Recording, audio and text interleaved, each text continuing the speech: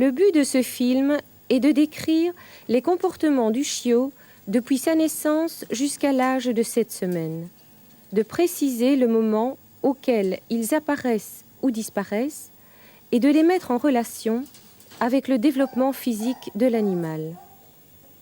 Nous nous arrêterons à l'âge de 7 semaines parce que c'est entre 0 et 7 semaines que l'évolution du comportement du chiot est la plus rapide et la plus profonde. Pour comprendre le développement qui va suivre, sachons que le chien naît sourd, aveugle et peu mobile. Il est donc relativement mal équipé à la naissance. L'évolution qui suit la naissance va donc être très rapide. Nous allons en étudier les causes. La maturation du système nerveux n'est pas terminée à la naissance, mais se poursuit pendant les quelques semaines qui suivent l'accouchement. Le cerveau croît et se développe pour atteindre à peu près sa forme adulte vers l'âge de 6 semaines. Les cellules nerveuses augmentent en taille et le nombre de connexions entre elles se multiplie considérablement après la naissance. De plus, beaucoup de cellules subissent une maturation particulière appelée la myélinisation. Leurs fibres nerveuses sont nues au départ. L'influx nerveux y passe lentement et difficilement.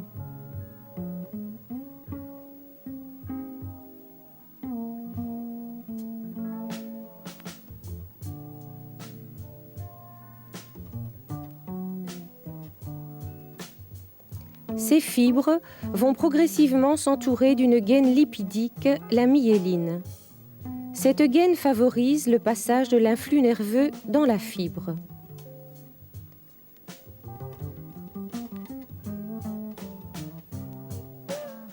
La myélinisation doit s'effectuer dans les différents centres du cerveau, mais également dans toute la moelle épinière.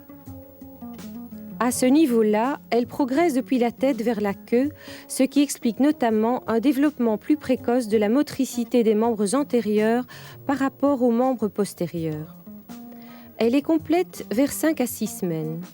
Tous les circuits nerveux se modifiant pour arriver à maturité, on verra successivement apparaître ou, au contraire, disparaître certains comportements au cours de cette période de 7 semaines. La mise en place de la gaine de myéline est donc l'élément qui détermine les progrès de la motricité et de la sensibilité. Pour illustrer notre propos, nous avons choisi des chiots de race Beagle.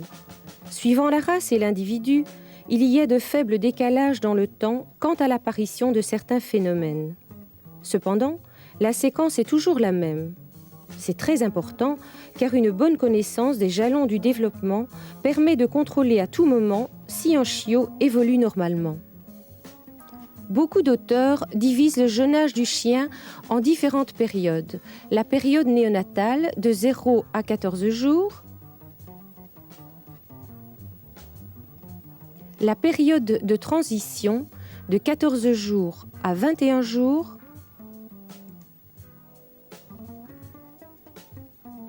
la période de socialisation de 21 jours à 3 mois,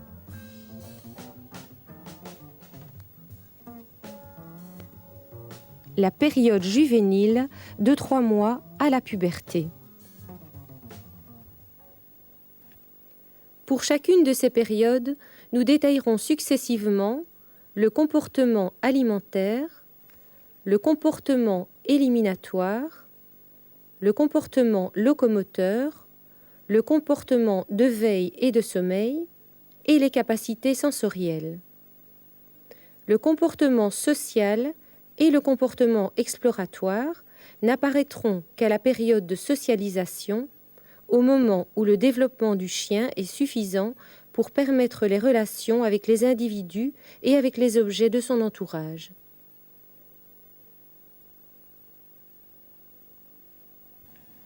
Maintenant, revenons à la première période. Avant de décrire les comportements, observons les chiots dans 2 situations expérimentales. Première situation, la mère est écartée du nid pendant un petit temps. Les chiots restent groupés en tas au centre du nid, bien tranquillement. La mère revient, elle les pousse du bout du nez, les retourne et les lèche.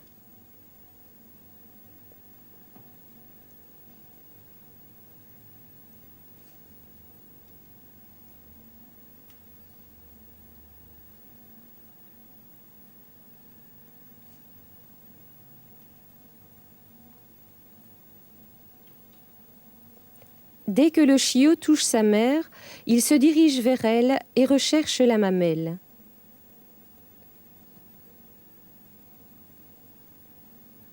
Il tète en appuyant sur la mamelle avec ses membres antérieurs et son museau.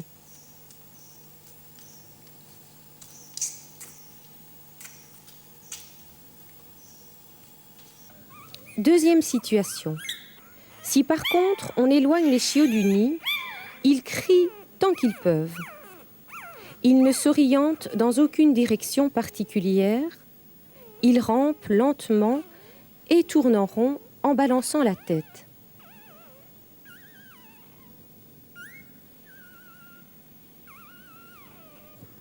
Si, à un moment donné, il touche un autre chiot, il arrête ses mouvements pendulaires, rampe vers l'autre et vient se mettre en contact étroit avec lui. Alors seulement, il se calme.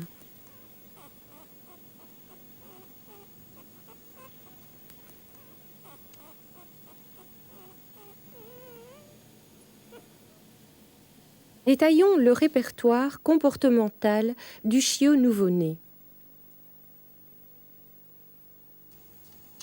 Au début, la tétée s'effectue 7 à 8 fois par jour.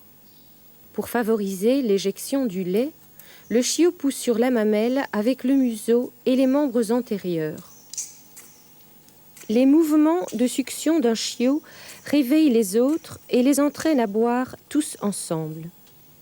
Pour trouver la mamelle, le chien avance en fouillant du museau. C'est ce que l'on appelle le rooting reflex. On peut déclencher ce réflexe en plaçant la tête du chiot dans le creux de la main. Il répond à ce stimulus en avançant comme pour rechercher la mamelle. Il peut ainsi progresser plusieurs mètres sans fatigue.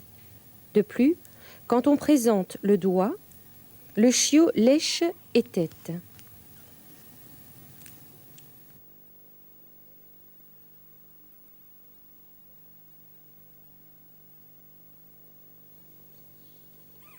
La miction et la défécation se font de manière purement réflexe. La mère les déclenche en léchant le ventre et le périnée du jeune. Elle absorbe ainsi toutes les éliminations et le nid reste propre. Si le jeune chiot est élevé sans sa mère, il faut déclencher ces réflexes plusieurs fois par jour en passant le doigt sur le ventre et le périnée jusqu'à ce qu'il y ait miction et défécation.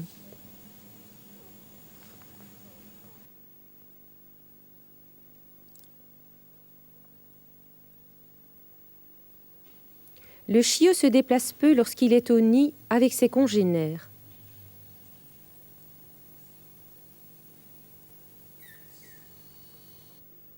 S'il est isolé, on peut mieux observer les aptitudes motrices du nouveau-né. Il rampe lentement, tourne en rond en balançant la tête avec des mouvements pendulaires. Le soutien du corps est faible au niveau des membres antérieurs et nul au niveau des membres postérieurs. Si on soulève délicatement le chiot par le cou entre le pouce et l'index, il reste tout recroquevillé. Les muscles fléchisseurs sont dominants. Ce réflexe va disparaître aux environs du 5e jour avec le progrès de la myélinisation.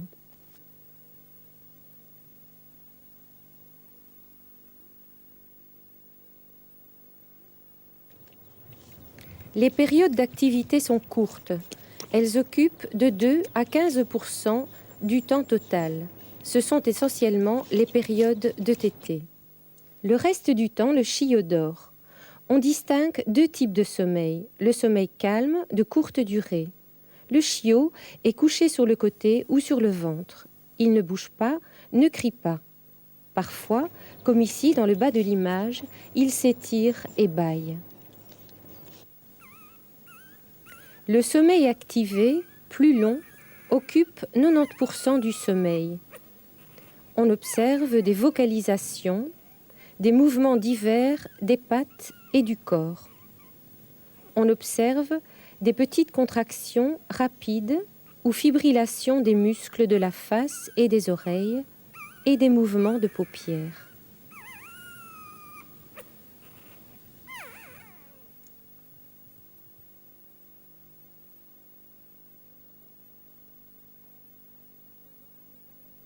À la naissance, l'odorat n'est pas développé. Le chiot ne peut pas localiser sa mère par l'odorat.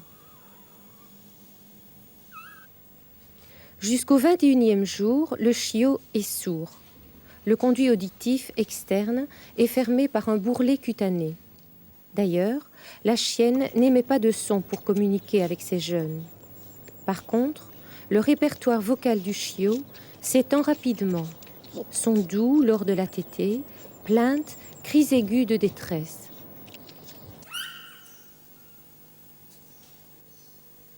Pendant toute cette période, le chiot est aveugle. En effet, les paupières sont encore soudées. Les sensibilités tactiles et thermiques sont très développées. Le chiot recherche constamment le contact et la chaleur auprès de sa mère et au sein de la nichée. Beaucoup de réflexes importants ont d'ailleurs pour déclencheur une stimulation cutanée. Par exemple, le léchage provoque le réflexe d'élimination. Et le rooting reflex déclenche la recherche de la mamelle.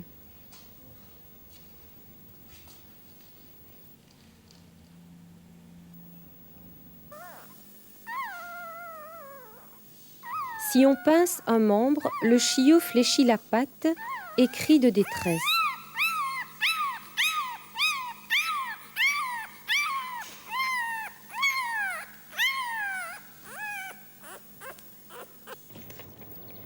Le sens gustatif est bien développé dès la naissance.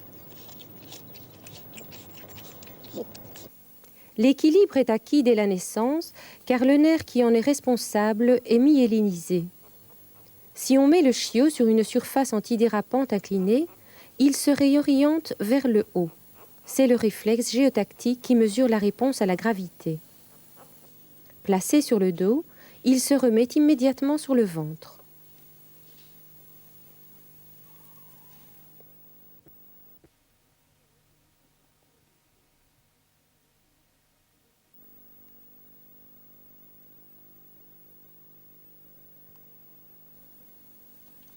Les progrès comportementaux s'observent surtout dans la locomotion.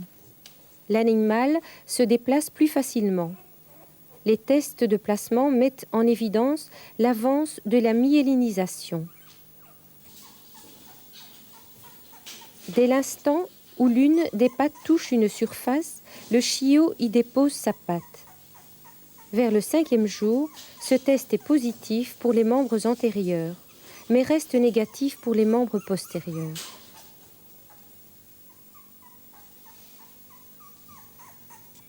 Il ne deviendra positif que vers le 8e jour. Lorsqu'on prend le chiot par le cou, il n'est plus recroquevillé, mais étendu. Il y a, dès le 5e jour, une phase de dominance des muscles extenseurs.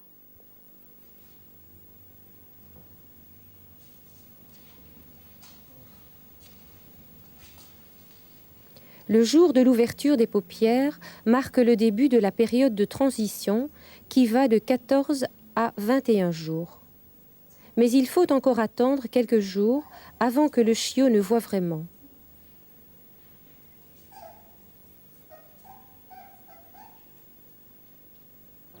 Le petit chien continue à téter, mais le rooting reflex a tendance à diminuer au fur et à mesure que les autres sens se développent.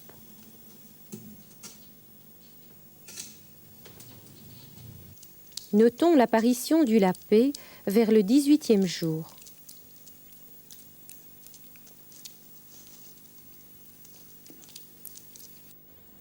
L'éruption de la première dent se produit vers le 21e jour. Il s'agit de la canine supérieure. C'est à ce moment-là que le chien commence également à mâchonner.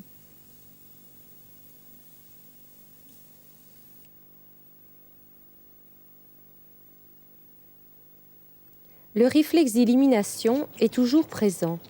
Vers la fin de la période de transition, le chiot commence à être plus autonome. Il urine et défèque seul, sans stimulation maternelle, mais il le fait n'importe où.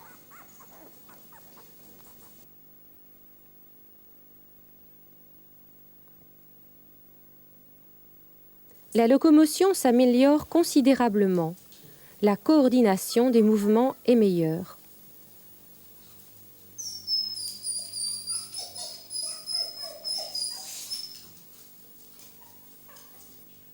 Dès le 12e jour, les membres antérieurs supportent le poids du corps.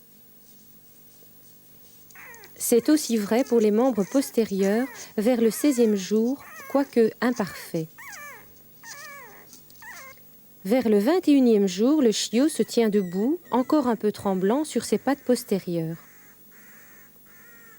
Dans cette position, il n'y a plus ni contraction ni flexion marquée des membres et du rachis. C'est la normotonie où les muscles fléchisseurs et les muscles extenseurs s'équilibrent.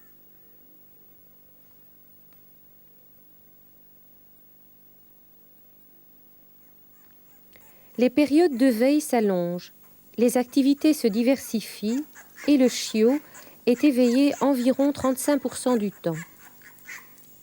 Le reste du temps est occupé par du sommeil calme et du sommeil activé.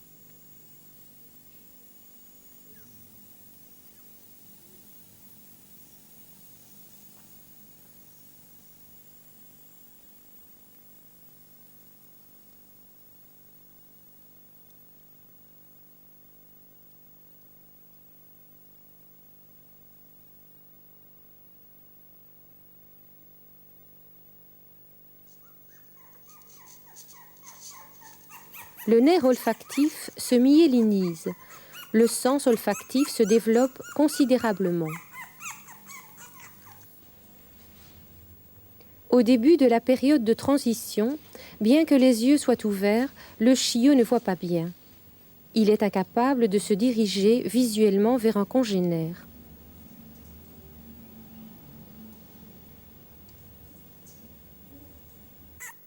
S'il arrive au bord d'une table, il ne perçoit pas la différence de niveau et il tombe. Vers le 21e jour, en plus d'utiliser les sons, le chiot commence à s'orienter visuellement vers ses congénères.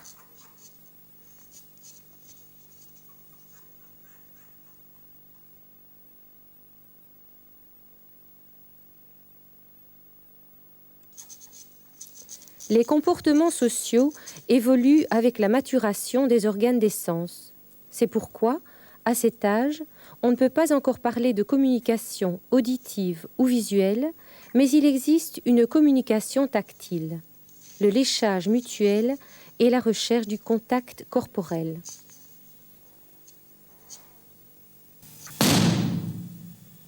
Le réflexe de sursautement s'observe vers le 21e jour. Le chiot commence à entendre. Ce fait important marque conventionnellement la fin de la période de transition. Pendant la période de socialisation, le chiot prend contact avec le monde extérieur. C'est aussi le moment privilégié pour la construction des relations sociales. C'est la période de l'apprentissage de son espèce, des moyens de communication et des règles de la vie sociale. Ces deux derniers apprentissages continuent au-delà de la période de socialisation, mais à 7 semaines, l'apprentissage de l'espèce se termine. En effet, on observe qu'entre 3 et 5 semaines, le chiot est attiré par tous les êtres vivants, quelle qu'en soit l'espèce. Il apprend à reconnaître les espèces qu'il rencontre en retenant leurs caractéristiques. À partir de 5 semaines, l'attraction pour les espèces inconnues, c'est-à-dire qu'il n'a jamais rencontrées, diminue. À partir de cet âge-là, le manque d'attirance pour les espèces nouvelles se transforme même en crainte, en aversion. Nous en déduisons que la période critique, c'est-à-dire la période la plus favorable pour l'apprentissage des espèces amies, commence à partir de la 3e semaine pour décroître dès la 6e semaine.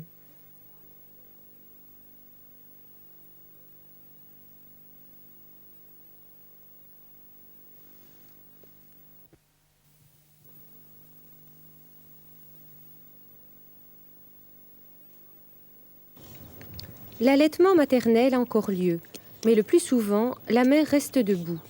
Elle quitte le nid de plus en plus longtemps. Progressivement, le chiot passe d'une alimentation liquide à une alimentation semi-liquide. Il arrive que certaines chiennes régurgitent des aliments prédigérés pour nourrir leur chiot dès l'âge de 3 semaines. À 5 ou 6 semaines, le petit chien mange presque comme l'adulte. On lui donne 3 repas par jour. Néanmoins, les aliments trop durs sont encore un peu difficiles à mastiquer pour lui car ses dents de lait sont trop pointues. Sa mère ne le laisse quasi plus téter. Le sevrage s'effectue en général à l'âge de 7 semaines.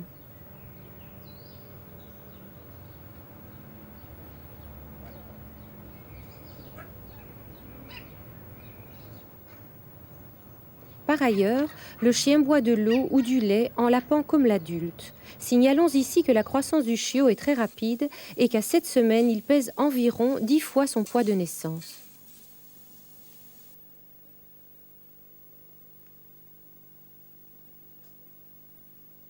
Au début de la période de socialisation, le chiot urine et défèque n'importe où, même dans le nid.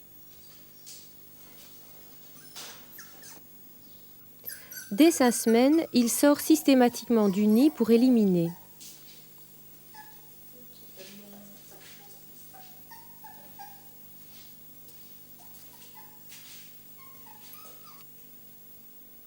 À 6-7 semaines, le chiot marche, le nez au sol, et recherche la trace des déjections précédentes avant de déféquer. On observe alors qu'il retourne toujours aux mêmes endroits. Remarquons que mâles et femelles adoptent à peu près les mêmes positions pour éliminer. Ce n'est qu'après plusieurs mois que le mâle lève la patte pour uriner.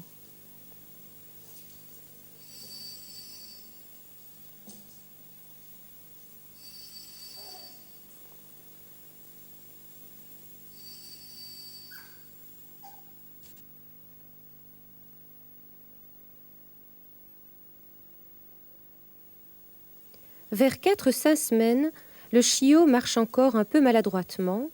Il court, il franchit des obstacles.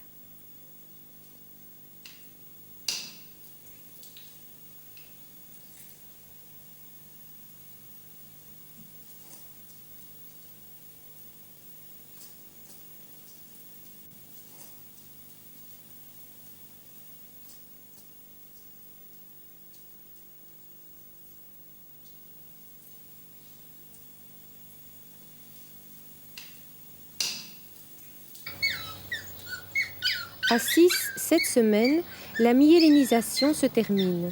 Les différents réflexes posturaux sont bien acquis et on peut dire que la coordination motrice est quasi comparable à celle de l'adulte.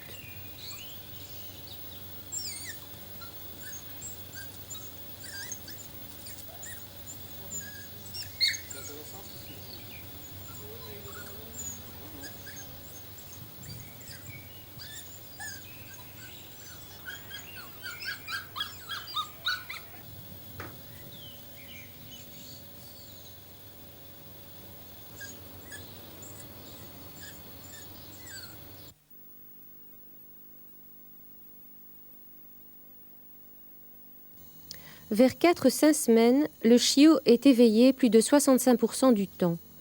Son rythme se rapproche de celui de l'adulte. Les périodes d'activité sont entrecoupées de courtes périodes de sommeil.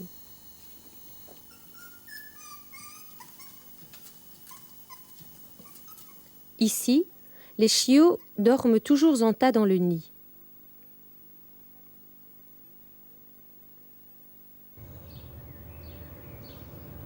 Vers 6-7 semaines, progressivement, ils dormiront séparément et hors du nid.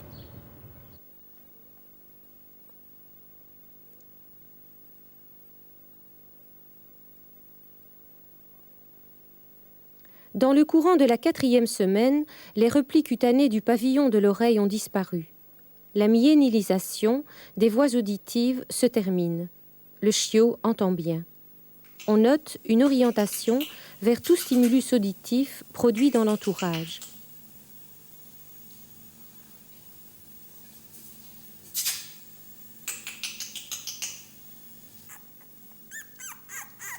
La vision devient effective dès la 4e semaine.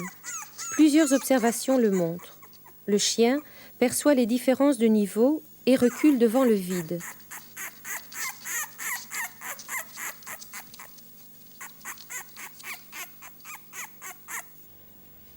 Par ailleurs, si on l'approche d'une surface en le tenant de la sorte, il tend les membres antérieurs, le cou et la tête comme pour s'y poser.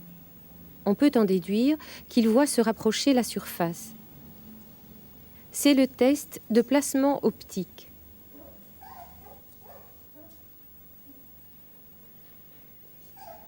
Enfin, le chiot s'oriente spontanément vers les stimuli visuels de l'entourage. Ici, il s'agit d'orientation à la fois visuelle, auditive et olfactive.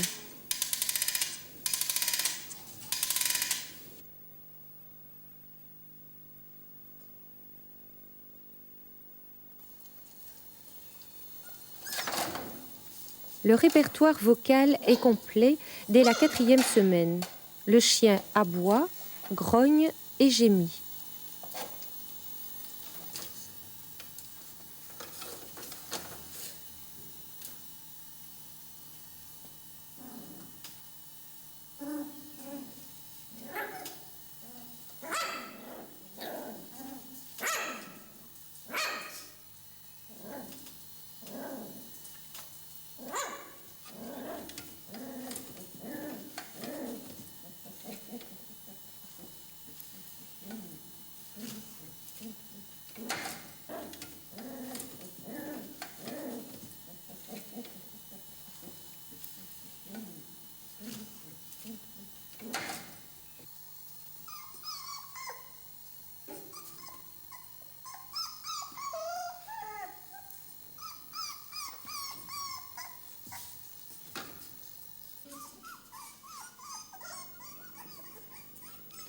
Dès le début de la 4e semaine, au cours des jeux, le chiot va mettre au point et tester une série de mouvements et de postures à partir des réactions provoquées chez ses congénères.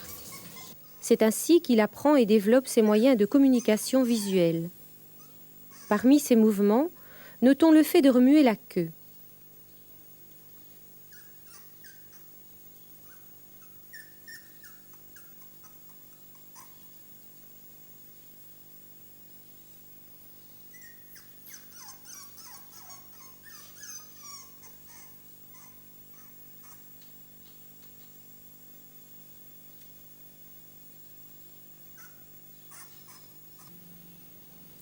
Les postures sont également testées au cours des jeux.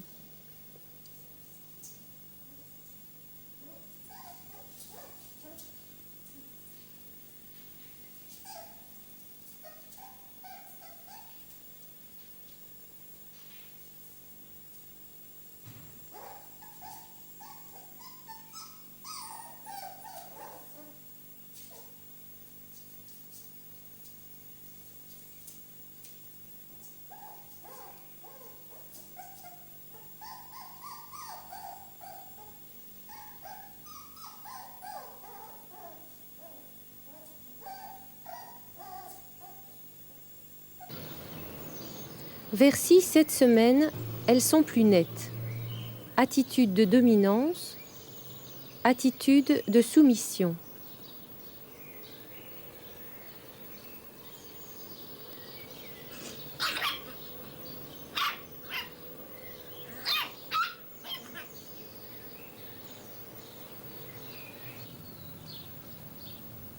Attitude d'invitation au jeu.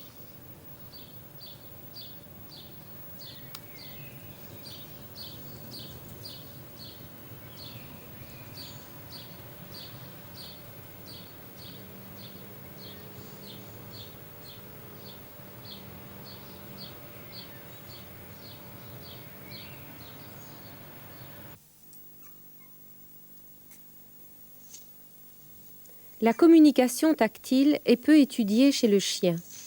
On observe de l'allogrooming entre les chiots d'une même nichée. Il se mordit fréquemment le museau et les oreilles.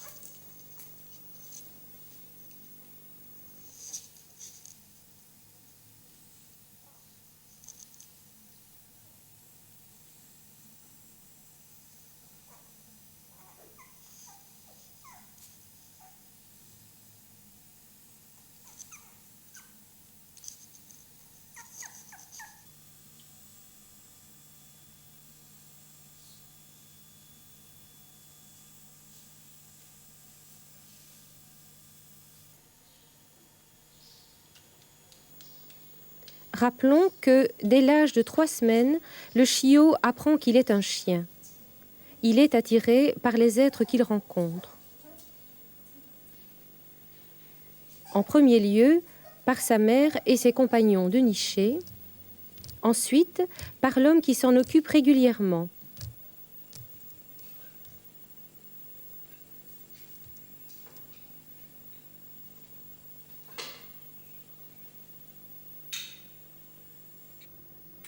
Et éventuellement par des animaux appartenant à d'autres espèces. Cette période de forte attirance dure jusqu'à environ 7 semaines et les espèces rencontrées feront partie des espèces amies avec lesquelles le chien entretiendra toute sa vie de bonnes relations.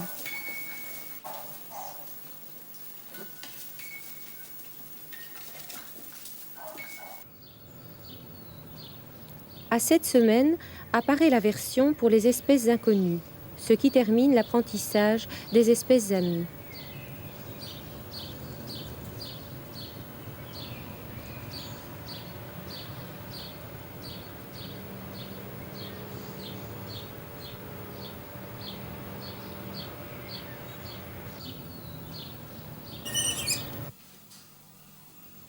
Le comportement agonistique et notamment les combats sont difficiles à dissocier du jeu chez les chiots de cet âge car ils jouent à se disputer.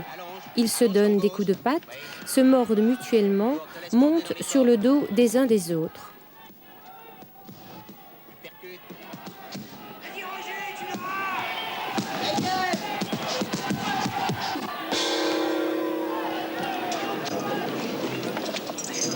Dans la poche, Coco, tu le tiens.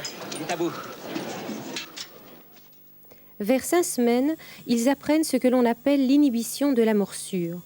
Ils se mordent mutuellement les oreilles, mais les dents de lait étant très pointues, le chiot mordu crie, le mordeur lâche prise. C'est un apprentissage important, car c'est ainsi que le chiot apprend à limiter la morsure.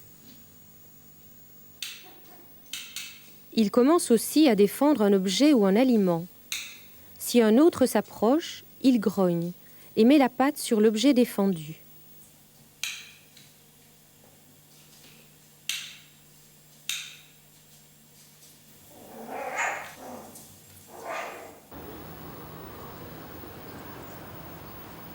Il secoue le jeu comme le chien adulte secoue une proie qu'il tue.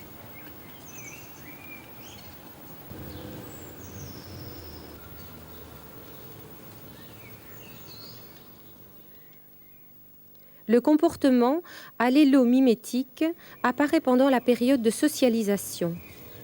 Ici, à la 7e semaine, les chiots effectuent souvent les mêmes activités ensemble.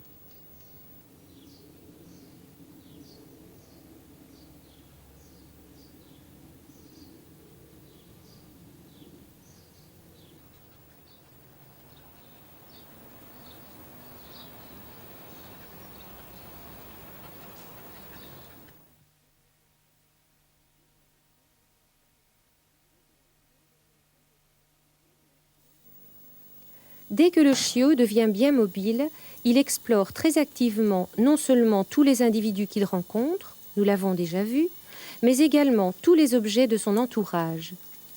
Cette exploration fait appel à tous les organes des sens. Tout est investigué avec les yeux, les oreilles, le nez et la bouche.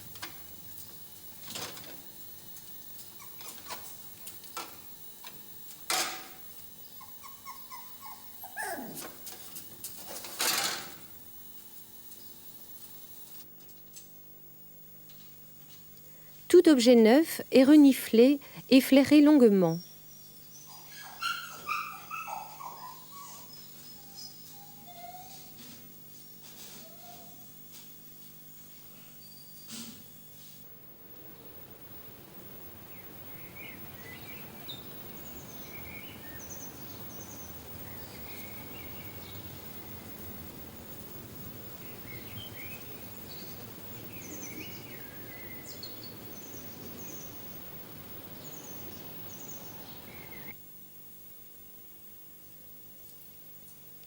Ces deux modes d'exploration sont difficilement dissociables. L'objet peut être attirant par sa forme et sa couleur, mais aussi par le bruit qu'il produit.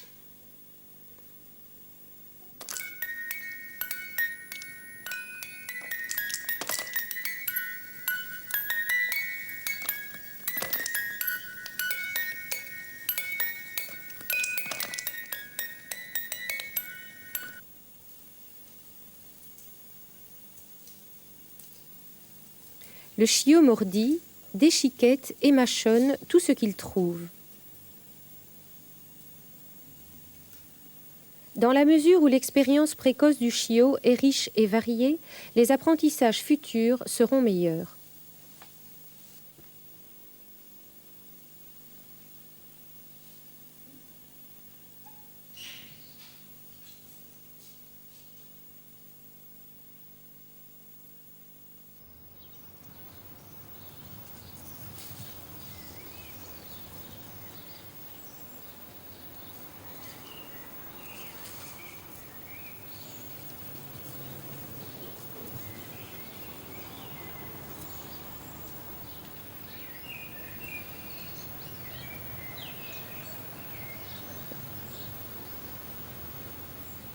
Résumons brièvement l'évolution des principaux comportements au cours de la période de 7 semaines.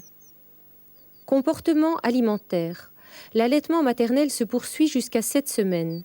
Le chiot se nourrit seul dès la 4e semaine, d'abord avec des aliments semi-liquides, ensuite avec des aliments solides.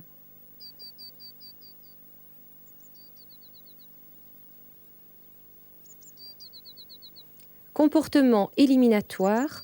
L'élimination est uniquement réflexe, déclenchée par le léchage maternel jusqu'à 3 ou 4 semaines.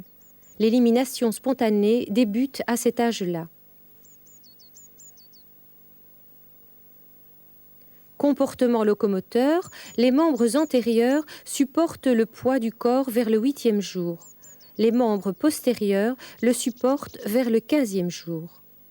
Le chien s'assied vers 18 jours et se tient debout vers 22 jours. Comportement veille-sommeil. Les périodes d'activité croissent très fortement dès la fin de la 3e semaine. Cela va de pair avec une diminution rapide de la quantité de sommeil activé. Le sommeil calme croît très légèrement.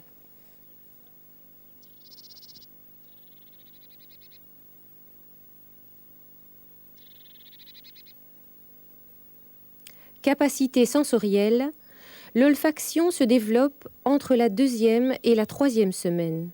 La vision se développe dès l'ouverture des paupières à 14 jours pour être effective vers 4 semaines. L'audition débute vers 21 jours. Le sens gustatif et les sensibilités tactiles, douloureuses et thermiques, sont présentes dès la naissance. Comportement social et exploratoire. Le comportement social et le comportement exploratoire acquièrent leur plein développement dès la fin de la période de transition.